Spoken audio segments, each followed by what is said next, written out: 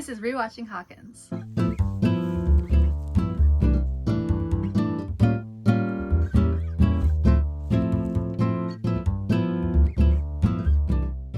I've been a day one fan of Stranger Things, and leading up to the finale, I wanted to go back episode by episode, season by season, and really look at how we got here. If you want full episodic breakdowns, I would head over to the TikToks. I have been posting 3 a day. Well, I will be honest, I did take a little bit of a break because I needed time. That finale, it really wore on me. I really needed time to chew on it. I was severely not well for a while, so I am better. I am back. I am happy to be back and to finish this series. I am excited to talk about season 5 as a whole. That's what we're doing in today's video. I do apologize though because it is a little bit later than I was initially anticipating for like when I was going to originally post this video, but hey, things happen. I needed to take care of myself and my mental health after watching that finale, but hey, we're here. I'm excited. I'm ready. So yeah, I'm gonna stop rambling now. So yeah, episodic breakdowns over on TikTok. I've posted one for every single episode for every single season.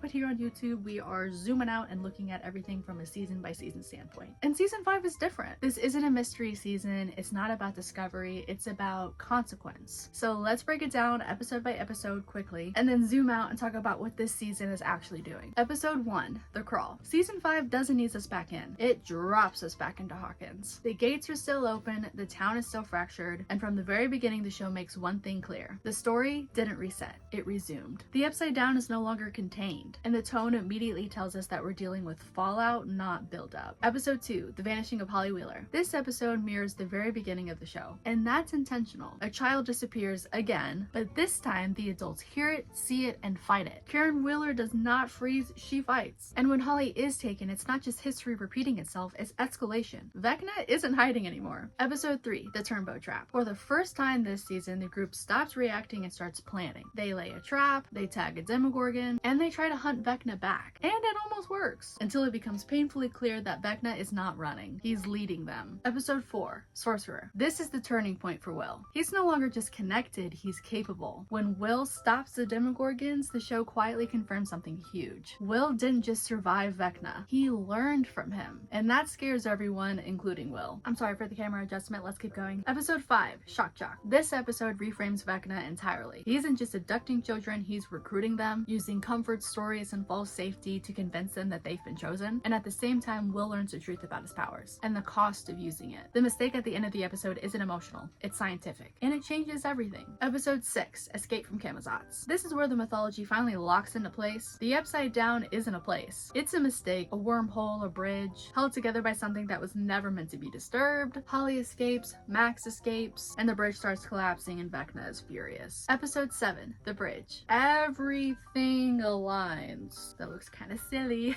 I was just trying to like pull everything in from all of the different things because they do all align. Max wakes up, Will understands why Vecna chose him, and the adults finally understand what they're dealing with. And the plan stops being about survival and becomes about ending it. Vecna opens the bridge on purpose, not as a threat, but as a countdown. Episode 8, our finale, The Right Side Up. This is collision. Hawkins, the Upside Down, Dimension X, all at once. The battle isn't just physical, it's psychological. 11 makes the final choice. Joyce ends Vecna, or should I say Joyce spins Vecna, and the Upside Down collapses. But victory doesn't come without cost. 11 stays behind.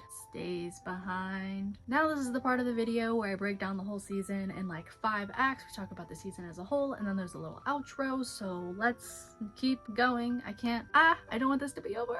Act 1, Aftermath. Hawkins isn't healed. The gates didn't close. The trauma didn't vanish. The season lives in this mess. Act 2, Escalation. Vecna stops hiding, children become targets, and the past starts repeating, but worse. Act 3, Revelation. Will's powers. The Upside Down's true nature. The bridge. This is where the story stops being horror and becomes tragedy. Act 4, Confrontation. Plans overlap, worlds collide. When worlds collide, I'm sorry, I couldn't help myself. Worlds collide and everyone chooses a side. And not everyone survives it the same way. Act 5, Choice. 11 chooses freedom over return, or at least I believe. Mike chooses belief over certainty. Again, I believe. And Hawkins chooses to keep going. And again, one more time.